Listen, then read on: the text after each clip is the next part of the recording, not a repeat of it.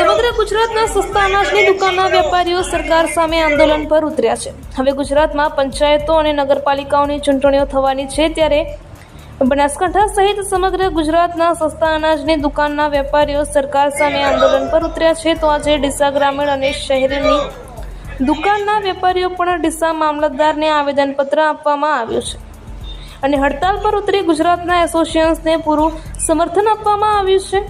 ઉલ્લેખનીય છે કે તારીખ 22/8/2023ના રોજ સરકારે વેપારીઓની વ્યાજબી માંગો માટે હકારાત્મક વલણો અપનાવતા વેપારીઓએ આંદોલન સમેટી લીધું હતું કે વેપારીઓની માંગો થોડા સમયમાં પૂર્ણ કરવામાં આવશે, પરંતુ આજે 1 વર્ષ થવા છતાંય આ માંગો પૂર્ણ ન થતા